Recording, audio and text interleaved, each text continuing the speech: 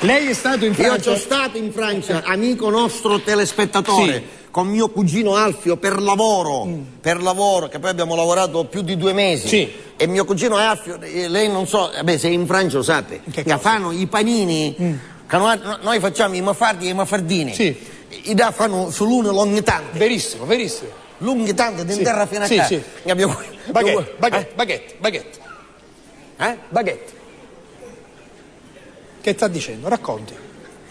Fanno i filoni lunghi tante così, che te le danno ammucchiate con un... Baguette. Baguette. Cadette. Cosa? Cadette. Lei cosa ha detto? Questi filoni lunghi tanti Baguette. si chiamano così? Si chiamano baguette. Si chiamano bacchette.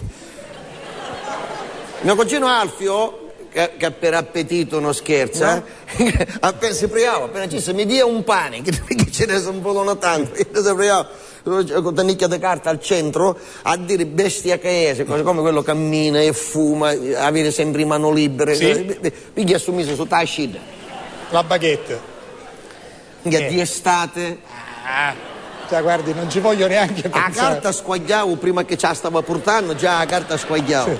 Dopo 5 minuti che avevo due pane e casciutta, sta bacchetta, ci ha cominciato davanti a calare, così, e di dietro pure. Certo. Quando io l'ho visto che proprio era diventato così, mi dice, ma che cosa sta succedendo? Che sei Alfio, ma che fu? Dammi sto pane, no, il pane, ma si stava a scida, signor La Rosa.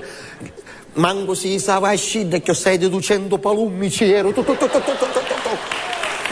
con due panuzzo che aveva squagliato qua. Vabbè,